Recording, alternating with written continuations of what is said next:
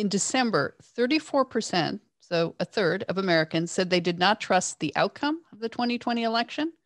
More recently, 21% said that they either strongly support or somewhat support the storming of the Capitol buildings. That's like a fifth of the population. And as of this week, when this article was published, 32% were still telling pollsters that Biden was not the legitimate winner. You've seen, and then you do go on and actually, and I was so happy that you did bring up practical solutions, because I normally end your articles feeling just this overwhelming pessimism where it's all over, forget it, there's nothing we can do. But just before we go to some of these great ideas that you have, some of them I assume come out from your own research, your own study of history, of seeing other societies where large sections of a population have been captive of a big lie, whether or factional animosity. So I spent a lot of time thinking about this. And yes, of course, I started out thinking about the post-communist world and the various tactics that were used to deal with former communist officials, former secret police informers.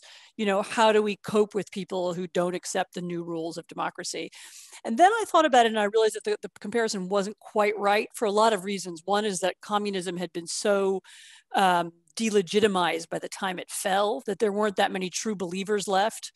And so the real problem, in the 90s wasn't real. You didn't have this problem of a big percentage of society still believing in the old system. And, how do we cope with that? And actually the better comparisons and the more interesting ones are so-called post-conflict societies, places where there's been an insurgency or where there's an important terrorist movement, and there's a part of society that rejects the rules of the status quo.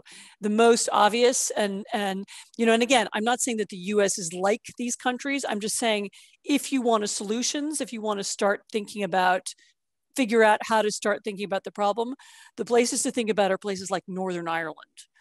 How did they end the terrorist movement in Northern Ireland? I mean, the IRA existed in Northern Ireland. It was a part of Northern Irish politics for decades.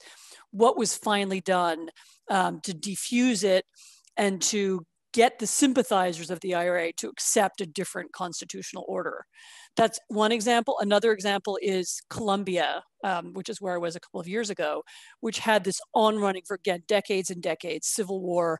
There was an insurgency based in the jungle that had been seeking to overthrow the regime, for more than half a century. Finally, there was a peace deal done. Then came the problem, what do we do? This is the FARC, is the name of the terrorist group. How do we reincorporate those people into society? And so again, I'm not saying those are blueprints for America. I mean, far from it, but they help you think about what to do about it, because they both have some similarities with the current situation. Namely, we should probably accept the fact now that there's a part of the society that rejects the mainstream democracy. And that we should also accept the fact, and this is particularly hard for many of us, including me, that calling them names will not fix the problem.